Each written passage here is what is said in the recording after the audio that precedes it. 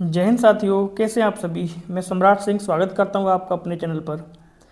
दोस्तों, आज की क्लास में हम पढ़ने वाले हैं भारत का सर्वोच्च न्यायालय, सुप्रीम कोर्ट ऑफ इंडिया। इससे पिछली क्लास में हमने पढ़ा था भारत के नियंत्रक और महालेखा परीक्षक को, और उससे भी पहले हमने पढ़ा था भारत का महान्यायवादी यानी एजीआई ऑफ इंडिया। वो दोनों टॉपिक आपने अच्छे से कवर कर लिए होंगे, ऐसा मैं उम्मीद करता हूँ। और आज हम समझने वाले हैं भारत के सुप्रीम कोर्ट को, क्या इसकी कार्यप्रणाली है, परिचय क्या है, कैसे न्यायाधीशों की नियुक्ति होती है और कब इसका गठन हुआ था। बहुत सारी चीज़ों पर आज हम डिस्कस करेंगे जो एग्जाम के पॉइंट ऑफ व्यू से बेहद ही इंपॉर्टेंट चीज़ें हैं, आपके आने वाले एग्जाम में काम आने वाली हैं। तो चलिए बिना देरी करे हम शुरू करते हैं आज का टॉपिक। सबसे पहले बात कर लेते हैं इसके परिचय की। इंट्रोडक्शन क्या है हमारे सुप्रीम कोर्ट ऑफ इंडिया का। तो इसमें पहला जो क्वेश्चन है इंट्रोडक्शन में वो ये है कि भारत का जो सर्वोच्च न्यायालय है देश की सबसे ऊंची न्यायिक संस्था है।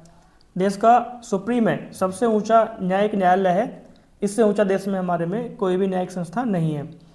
दूसरे पॉइंट में हम डिस्कस करेंगे, यह संविधान के संरक्षणकर्ता यानी संविधान का रक्षक किसको बोलते हैं, संविधान का व्याख्याकर्ता इसको बोलते हैं, और संविधान का रक्षक के रूप में ये कार्य करता है। अगर क्वेश्चन पेपर में पूछा जाए कि संविधान का रक्षक कौन है, तो वो होता है सुप्रीम कोर्ट। या संविधान का व्याख्याकर्ता, ठीक है, तो वो कौन होता है, सुप्रीम कोर्ट। संविधान का व्याख्याकार यानी हमारा सर्वोच्च न्यायालय होता है। तो ये किसी भी लैंग्वेज में प्रश्न पूछा जा सकता है, तो उसका ध्यान रखेंगे।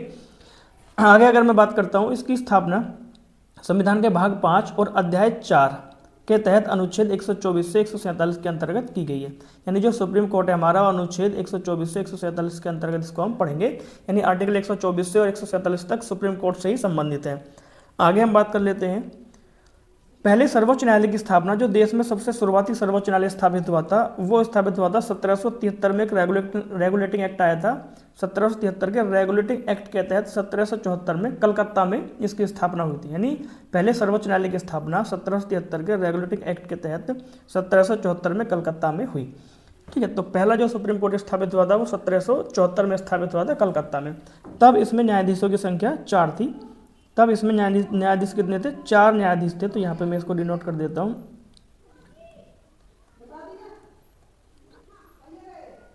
इसमें 4 न्यायाधीश थे, उनके नाम लिख देते हैं। पहले थे सर एलिजा इम्पे, कहीं कहीं किसी बुक में ये एलिजाहा मिलता है, तो उससे कोई फर्क नहीं। एलिजा इम्पे ये हेड जज थे, ये मुख्य न्यायाधीश थे इसके। और इसके अलावा इनके सहायक के रूप में 3 अन्य न्यायाधीश और थे, जिनका नाम था चैम्बर्स,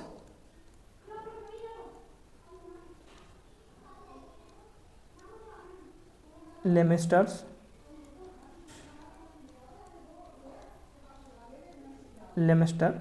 और चौथा पॉइंट इधर लिख देता हूँ, ये थे जॉन हाइड।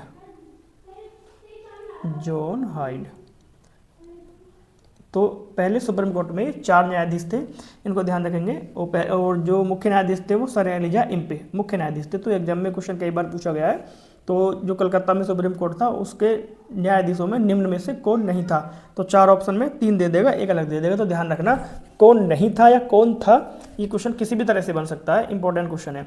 तो चलिए आगे बात कर लेते हैं इसकी स्थापना की। एस्टेब्लिशमेंट यानी जो भारत का सर्वोच्च न्यायालय है, जो आधुनिक रूप से जिसकी स्थापना हुई थी, वो स्थापना हुई थी 28 जनवरी सन 1950 को। यानी देश का जो सुप्रीम कोर्ट है, जो वर्तमान में आधुनिक हमारा न्यायालय है, उसकी स्थापना 1950 में हुई थी 28 जनवरी को। स्थान कहाँ पे है, नई दिल्ली में।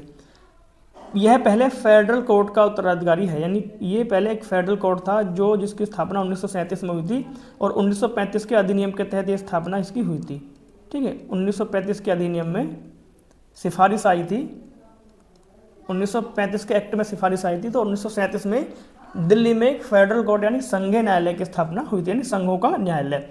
तो उसके बाद इसका बदला हुआ स्वरूप क्या है, भारत का सर्वोच्च न्यायालय। उम्मीद करता हूँ चीज़ें क्लियर हो रही होंगी। आगे बात कर लेते हैं इसके संवैधानिक आधार की, जो कॉन्स्टिट्यूशनल बेसिस है वो क्या है। तो अनुच्छेद 124 से 147 तक सर्वोच्च न्यायालय से संबंधित है। जो आर्टिकल हमारे 124 से 147 हैं वो हमारे सुप्रीम कोर्ट से ही संबंधित है, जैसा कि हम अभी डिस्कस कर चुके हैं। आगे बात कर लेते हैं, ये संविधान के अनुच्छेद 124 फर्स्ट के तहत स्थापित है। जो संविधान का आर्टिकल 124 उसका सब क्लोज है 1, यानी 124 का ए बोल सकते हैं, इसको फर्स्ट पार्ट बोल सकते हैं। तो उसके द्वारा हमारा सर्वोच्च न्यायालय जो है स्थापित किया जाता है, सर्वोच्च न्यायालय के गठन की व्यवस्था करता है अनुच्छेद 124 का फर्स्ट। आगे हम बात करते हैं मुख्य योग्यताएं, यानी कोई भी जो व्यक्ति है वो भारत के सर्वोच्च न्यायालय का मुख्य न्यायाधीश कैसे बन सकता है, उसके लिए कौन कौन सी योग्यताएं आवश्यक होती हैं, इन योग्यताओं पर हम बात कर लेते हैं। सबसे पहले हम बात कर लेते हैं कि वह भारत का नागरिक होना चाहिए। मस्ट है, बहुत जरूरी है कि कोई भी ऐसा व्यक्ति जो सर्वोच्च न्यायालय का न्यायाधीश चुने जाने योग्य है तो सबसे पहले वो भारत का नागरिक होना अनिवार्य है। उसके बाद न्यायिक अनुभव में उसके पास कौन कौन सी योग्यताएं होनी चाहिए। तो सबसे पहले बात कर लेते हैं, निम्न में से कोई एक शर्त पूरी होनी चाहिए। जो न्यायिक अनुभव है उनमें से जो नीचे शर्त दी गई है, कोई एक शर्त अगर पूरी करता हो तो सर्वोच्च न्यायालय का न्यायाधीश बनने के योग्य है। पहली शर्त क्या है, व्यक्ति कम से कम 5 वर्ष तक किसी उच्च न्यायालय का न्यायाधीश रहा हो। कोई भी ऐसा आदमी, ठीक है, 5 साल तक किसी उच्च न्यायालय में न्यायाधीश रहा हो, या अगर ये नहीं है तो या वाली यानी दूसरी शर्त होनी चाहिए। दूसरी क्या है, व्यक्ति कम से कम 10 वर्ष तक किसी उच्च न्यायालय में अधिवक्ता यानी एडवोकेट वकील रहा हो। ठीक है, या तो 5 साल तक न्यायाधीश रहा हो किसी भी उच्च न्यायालय में, या वकील रहा हो 10 साल तक, या इसके अतिरिक्त और चल जाएगा, व्यक्ति राष्ट्रपति मत में एक विशिष्ट विधि विशेषज्ञ होना चाहिए। अगर मैं सीधी तरह से बोलूँ तो राष्ट्रपति की नज़र में वो एक सर्वोच्च विधिवेता होना चाहिए, तो भी राष्ट्रपति उसको सर्वोच्च न्यायालय का मुख्य न्यायाधीश नियुक्त कर सकता है। तो ये किसी भी व्यक्ति के लिए मुख्य योग्यताएं हैं जो उसको न्यायाधीश बनने में मदद करती हैं। तो उम्मीद करता हूँ बात एकदम से क्लियर है। और न्यायाधीश बनने के लिए कितनी एज होनी चाहिए ये संविधान में डिस्कस नहीं किया गया है कि कितनी आयु का जो व्यक्ति न्यायाधीश नियुक्त हो सकता है, ऐसा वर्णन नहीं है। लेकिन एक बार अगर न्यायाधीश नियुक्त हो गया तो वो 65 वर्ष तक अपने पद पर जो है कार्य कर सकता है, ऐसा प्रावधान है। आगे हम बात कर लेते हैं संरचना की। सर्वोच्च न्यायालय का कंपोजिशन क्या है। तो सर्वोच्च न्यायालय का जो गठन होता है, इसमें एक मुख्य न्यायाधीश होता है, एक मुख्य न्यायाधीश और उसके साथ उसके अन्य न्यायाधीश होते हैं, जिनको संसद जो है समय समय पर घटा और बढ़ा भी सकती है। जैसा कि इसमें कहा गया है संरचना में, एक मुख्य न्यायाधीश चीफ जस्टिस ऑफ इंडिया यानी शॉर्ट में बोले तो CJI होना चाहिए, और अन्य न्यायाधीश जिनकी संख्या संसद बढ़ा सकती है। तो अगर मैं वर्तमान की बात करूं, वर्तमान यानी 2025 तक, आज की डेट तक यानी 1 नवंबर 2025 तक की अगर मैं बात करता हूं, तो मुख्य न्यायाधीश सहित 1+33 यानी 34 न्यायाधीश हैं आज की डेट में सर्वोच्च न्यायालय में। 34 कुल मुख्य न्यायाधीश है जिनमें 34 कुल न्यायाधीश है जिनमें एक मुख्य न्यायाधीश और 33 अन्य न्यायाधीश हैं। तो ध्यान रखना है, 34 न्यायाधीश हैं हमारे सुप्रीम कोर्ट में। नियुक्ति और शपथ की बात कर लेते हैं। जो सर्वोच्च न्यायालय का न्यायाधीश है उसकी नियुक्ति और शपथ किसके द्वारा की जाती है, बात कर लेते हैं। राष्ट्रपति द्वारा नियुक्ति की जाती है तथा राष्ट्रपति द्वारा ही शपथ दिलाई जाती है। जो हमारे सर्वोच्च न्यायालय के न्यायाधीश हैं उनकी नियुक्ति भारत के राष्ट्रपति के द्वारा की जाती है और राष्ट्रपति के द्वारा ही उनको शपथ दिलाई जाती है, ये ध्यान रखना। कॉलेजियम प्रणाली के अंतर्गत मुख्य न्यायाधीश और वरिष्ठतम न्यायाधीशों की सिफारिश पर नियुक्ति की जाती है। जो भारत के जो न्यायाधीश हैं उनकी जो नियुक्ति की जाती है, कॉलेजियम प्रणाली है उसके तहत जो है ये नियुक्ति की जाती है, ध्यान रखना। ठीक है, न्यायाधीशों की नियुक्ति किस प्रणाली के तहत की जाती है, कॉलेजियम प्रणाली के तहत की जाती है मुख्य न्यायाधीशों की नियुक्ति। इस चीज़ को ध्यान रखेंगे। आगे हम बात कर लेते हैं इनके टेन्योर की, कार्यकाल की, कि इनका कार्यकाल क्या है। तो कार्यकाल की अगर मैं बात करता हूं तो न्यायाधीश का कार्यकाल 65 वर्ष की आयु तक होता है।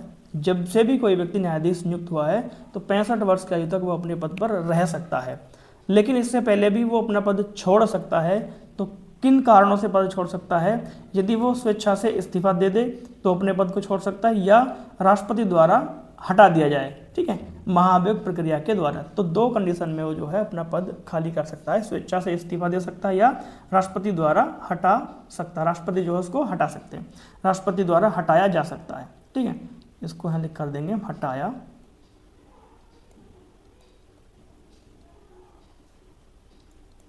जा सकता है।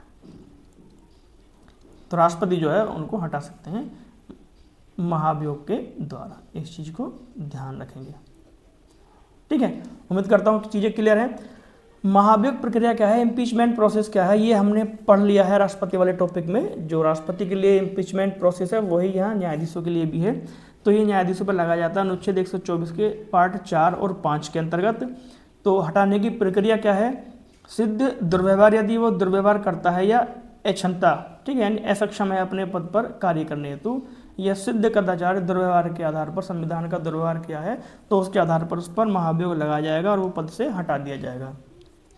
संसद के दोनों सदनों में विशेष बहुमत आवश्यकता है महाभियोग के लिए। ठीक है, दोनों सदनों में एक विशेष बहुमत से अधिनियम पारित कराया जाएगा, तब महाभियोग की प्रक्रिया जो है पूरी की जाती है। ठीक है, अगर महाभियोग प्रक्रिया आपकी समझ में नहीं आ रही है तो आप राष्ट्रपति वाले टॉपिक को पढ़ सकते हैं, वहाँ पर महाभियोग प्रोसेस मैंने डिटेल में पढ़ाया है आपको। आगे बात कर लेते हैं सुप्रीम कोर्ट का क्षेत्र अधिकार, जुरिडिक्शन क्षेत्र क्या क्या है इसका। सुप्रीम कोर्ट के क्षेत्र अधिकारों में मूल अधिकार क्षेत्र, ठीक है, अनुच्छेद 131 के अंतर्गत आता है सुप्रीम कोर्ट का मूल अधिकार क्षेत्र। यानी मूल अधिकार क्षेत्र का मतलब होता है कि ऐसा कोई मामला जो केवल और केवल सुप्रीम कोर्ट में ही जा सकता और किसी न्यायालय में नहीं जा सकता, उसको बोलते हैं उसका मूल अधिकार यानी प्रारंभिक क्षेत्राधिकार। ऐसे कौन से मामले होते हैं? जैसे राज्य बनाम राज्य, यानी दो राज्यों में आपस में झगड़ा हो गया तो वो मामला सुप्रीम कोर्ट के द्वारा सुलझाया जाएगा, ठीक है। या केंद्र सरकार और किसी एक राज्य के बीच विवाद हो गया, या केंद्र सरकार और एक से अधिक राज्यों के बीच विवाद हो गया, ठीक है, तो भी वो मामला सुप्रीम कोर्ट में ही जाएगा, सुप्रीम कोर्ट ही उस पर अपना न्याय सुनाएगा, ठीक है। तो इसको बोलते हैं प्रारंभिक या मूल क्षेत्राधिकार, जो सर्वोच्च न्यायालय का अनुच्छेद 131 में दिया गया है। उसके बाद अपीलीय अधिकार क्षेत्र है इसका, एपीलेट जुरिडिक्शन, यानी अनुच्छेद 132 से 136 में अपीलीय क्षेत्राधिकार आता है, जो उच्च न्यायालय से अपील के रूप में मामले सुनना, ठीक है। यानी उच्च न्यायालय के फैसले को, ठीक है, ये चुनौती दे सकता है, अनुच्छेद 132 से 136 के तहत अपीलीय अधिकार होते हैं। उसके बाद परामर्शात्मक अधिकार, एडवाइजरी जुरिडिक्शन, अनुच्छेद 143 के तहत आता है, सुप्रीम कोर्ट की परामर्शदात्री शक्ति इसको बोलते हैं। यानी राष्ट्रपति की सलाह पर कानूनी मत देना, अगर राष्ट्रपति चाहे तो सुप्रीम कोर्ट से किसी विषय पर सलाह मांग सकते हैं, तो ये इसकी सलाहकारी शक्ति है। सुप्रीम कोर्ट के अनुच्छेद 143 के तहत वो राष्ट्रपति को सलाह देता है। आगे बात कर लेते हैं रिट अधिकारिता की। रिट अधिकार क्षेत्र अनुच्छेद 32 के तहत आता है, सुप्रीम कोर्ट को मौलिक अधिकारों का रक्षक बोलते हैं। तो मौलिक अधिकारों की रक्षा हेतु रिट जारी की जाती है सुप्रीम कोर्ट के द्वारा। और रिट कितने प्रकार की होती हैं? 5 प्रकार की रिट होती हैं। मौलिक अधिकार वाले टॉपिक में इनको हमने अच्छे से पढ़ा था। रिटों के प्रकार कितने होते हैं? 5 प्रकार। तो सुप्रीम कोर्ट जो है मौलिक अधिकारों की रक्षा के लिए 5 प्रकार के रिट भी जारी करता है। आगे बात कर लेते हैं सुप्रीम कोर्ट की शक्तियों की। सुप्रीम कोर्ट की शक्तियां क्या क्या हैं? संविधान की सर्वोच्च व्याख्या करना, संविधान का सर्वोच्च व्याख्याकर्ता होता है सुप्रीम कोर्ट। किसी भी कानून को असंवैधानिक घोषित करना, अगर संसद ने कोई कानून पारित किया है और सुप्रीम कोर्ट को लगता है कि गैर संवैधानिक या वैधानिक नहीं है, तो सुप्रीम कोर्ट उस कानून को असंवैधानिक घोषित करके तुरंत निरस्त करने का जो है ऑर्डर पास करता है। तो ये सुप्रीम कोर्ट की पावर है। उसके बाद मौलिक अधिकारों की रक्षा करता है।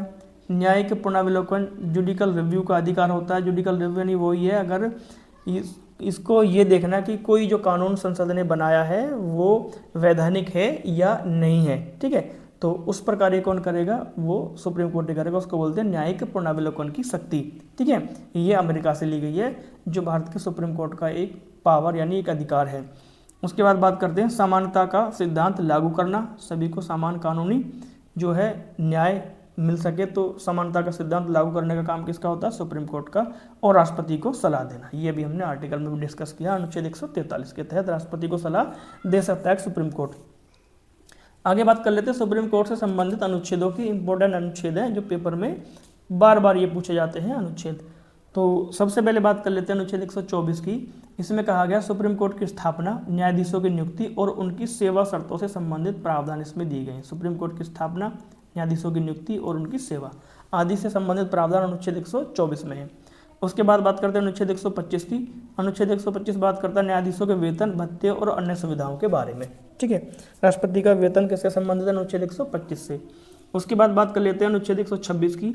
मुख्य न्यायाधीशों की अनुपस्थिति में कार्यवाहक न्यायाधीशों की नियुक्ति का प्रावधान। अगर मुख्य न्यायाधीश अपने कार्य को करने में असमर्थ है तो उनके स्थान पर कार्यवाहक राष्ट्रपति नियुक्त कर सकता है राष्ट्रपति, तो वो प्रावधान दिया गया अनुच्छेद 126 में। आगे बात कर लेते हैं अनुच्छेद 127 की। सुप्रीम कोर्ट में अस्थायी न्यायाधीश यानी इनको एड हॉक जज बोलते हैं, इनकी नियुक्ति का प्रावधान है, एड हॉक जज, ठीक है। तो ये जो है अस्थायी न्यायाधीश होते हैं। जब सुप्रीम कोर्ट के पास केस अधिक संख्या में आ जाएं और न्यायाधीश कम बढ़ जाएं, तब ऐसे न्यायाधीशों को अस्थायी न्यायाधीश कहते हैं। उस समय इनकी नियुक्ति की जाती है और इनका कार्यकाल जो है 2 वर्ष का होता है। 2 वर्ष के बाद फिर इनको हटा दिया जाता है। तो एड हॉक जज सर्वोच्च न्यायालय में नियुक्त किए जा सकते हैं अनुच्छेद 127 के तहत। आगे बात करते हैं अनुच्छेद 128 की।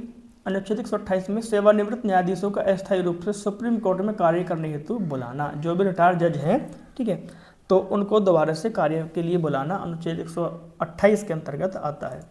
आगे बात कर लेते हैं अनुच्छेद 129 की। अनुच्छेद 129 में कहा गया है कि सुप्रीम कोर्ट एक अभिलेख न्यायालय होगा, ठीक है, कोर्ट ऑफ रिकॉर्ड होगा। यानी सुप्रीम कोर्ट एक अवमान्य न्यायालय, कोर्ट ऑफ रिकॉर्ड है। यह अपने आदेशों का उल्लंघन करने पर दंड दे सकता है। ठीक है, यानी इसके जो अगर आदेशों की अवमानना की जाएगी तो किसी भी व्यक्ति संस्था को ये दंड सुना सकता है। इसके जो फैसले हैं वो रिकॉर्ड किए जाएंगे। ठीक है, एक तरह से रिकॉर्ड के रूप में, साक्ष्य के रूप में उनको पेश किया जा सकता है कहीं भी। ठीक है, तो इसके जो सारे फैसले हैं, सभी फैसले रिकॉर्ड किए जाते हैं एज ए सबूत के तौर पर, यानी साक्ष्य के तौर पर।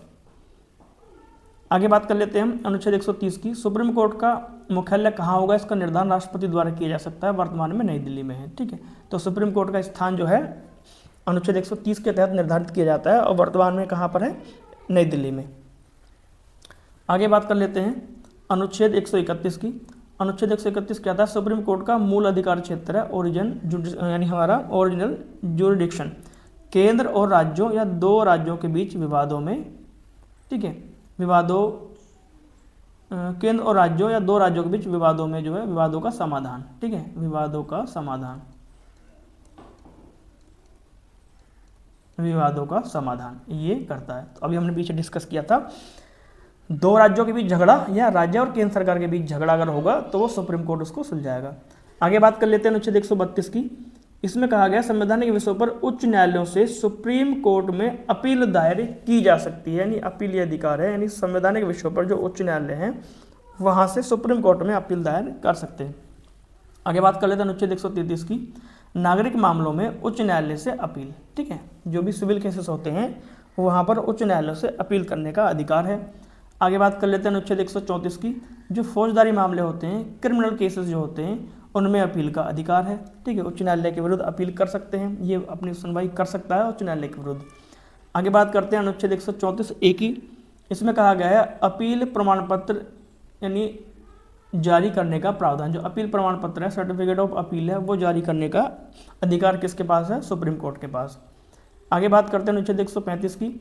1937 के फेडरल कोर्ट या प्रिवी काउंसिल से जुड़े मामलों को सुप्रीम कोर्ट में ट्रांसफर करने का अधिकार। ठीक है, ये अपने पास उन मामलों को मंगा सकता है किसी भी न्यायालय से, ये इसके पास अधिकार होता है। अनुच्छेद 136 की बात करते हैं। सुप्रीम कोर्ट को किसी भी न्यायालय या ट्रिब्यूनल के निर्णयों के विरुद्ध विशेष अनुमति का अधिकार होता है, यानी सुप्रीम कोर्ट जो है किसी भी न्यायालय या किसी भी जो है प्राधिकरण है उसके विरुद्ध जो है विशेष अनुमति से सुनवाई कर सकता है, ये सुप्रीम कोर्ट के पास अधिकार होता है। आगे बात कर लेते हैं अनुच्छेद 137 की। अनुच्छेद 137 बात करता है सुप्रीम कोर्ट अपने निर्णयों की पुनरावलोकन यानी अपने निर्णयों का रिव्यू कर सकता है, यानी सुप्रीम कोर्ट के पास ये अधिकार है कि अपने दिए गए फैसलों को पुनर्विचार करके बदल सकता है। इसको बोलते हैं पुनरावलोकन यानी रिव्यू करना। अनुच्छेद 137 के तहत ऐसी पावर सुप्रीम कोर्ट को दी गई है। आगे बात कर लेते हैं अनुच्छेद 138 की। इसमें कहा गया है संसद द्वारा सुप्रीम कोर्ट का अधिकार क्षेत्र बढ़ाने का प्रावधान है। अगर संसद चाहे, ठीक है, तो सुप्रीम कोर्ट की जो अधिकारिता है उसको बढ़ा सकती है। अनुच्छेद 139 की बात करते हैं। सुप्रीम कोर्ट को अतिरिक्त शक्तियां देने का प्रावधान है। संसद के द्वारा ये अतिरिक्त शक्तियां जो है सुप्रीम कोर्ट को प्रदान की जा सकती हैं अनुच्छेद 139 के तहत। अनुच्छेद 140 की बात करते हैं। संसद द्वारा सुप्रीम कोर्ट के कार्यों को प्रभावी यानी और अधिक प्रभावी बनाने के लिए अतिरिक्त प्रावधान करने का अधिकार होता है अनुच्छेद 140 में। अनुच्छेद 141 की बात करते हैं। सुप्रीम कोर्ट के निर्णय पूरे भारत पर बाध्यकारी होंगे, यानी इसके निर्णय सभी जगह मान्यकारी होंगे, सभी जगह माने जाएंगे। अनुच्छेद 143 की बात करते हैं। राष्ट्रपति द्वारा सुप्रीम कोर्ट से परामर्श मांगने का प्रावधान है। राष्ट्रपति जो अनुच्छेद 143 के तहत सर्वोच्च न्यायालय से किसी भी कानूनी मामले पर सलाह मांग सकते हैं, ठीक है। और सर्वोच्च न्यायालय का जो मुख्य न्यायाधीश है, जब वो फ्री समझे अपने आप को, जब भी अपने आप को केस वगैरह से फ्री समझ के सही समय पर राष्ट्रपति को सलाह दे सकते हैं। आगे बात कर लेते हैं न्यायाधीशों के वेतन और भत्तों की। जो न्यायाधीशों के वेतन भत्ते होते हैं, जो भारत के मुख्य न्यायाधीश हैं, उनका जो मासिक वेतन होता है वो 2,80,000 रुपये प्रति माह होता है, भारत के मुख्य न्यायाधीश का वेतन। जो अन्य न्यायाधीश होते हैं उनका वेतन 2,50,000 रुपये है प्रति माह, ठीक है। 2,50,000 रुपये, 2.5 लाख रुपये अन्य न्यायाधीशों का और 2,80,000 मुख्य न्यायाधीश का। बात कर लेते हैं भारत के पहले मुख्य न्यायाधीश थे हीरालाल जे कानिया। ये भारत के पहले सुप्रीम जज थे, CJI थे। और वर्तमान में भारत के मुख्य न्यायाधीश हैं भूषण रामकृष्ण गवई, भूषण रामकृष्ण गवई, और ये भारत के 52वें मुख्य न्यायाधीश हैं, ठीक है। तो चीज़ें हमने अच्छे से डिस्कस की हैं। अगर आपको वीडियो से रिलेटेड कोई डाउट है तो आप मुझे कमेंट कर सकते हैं, ठीक है। तो मिलते हैं हम नेक्स्ट वीडियो में, तब तक आप वीडियो एंजॉय कीजिए। तो आगे बात करेंगे हम कुछ, अगर प्रावधान इसमें छूट गए हैं तो उनको हम कवर करेंगे नेक्स्ट वीडियो में। ठीक है, तो मिलते हैं आगे। तब तक के लिए आपका बहुत बहुत धन्यवाद। आपका दिन शुभ हो। Thank you. जय हिंद।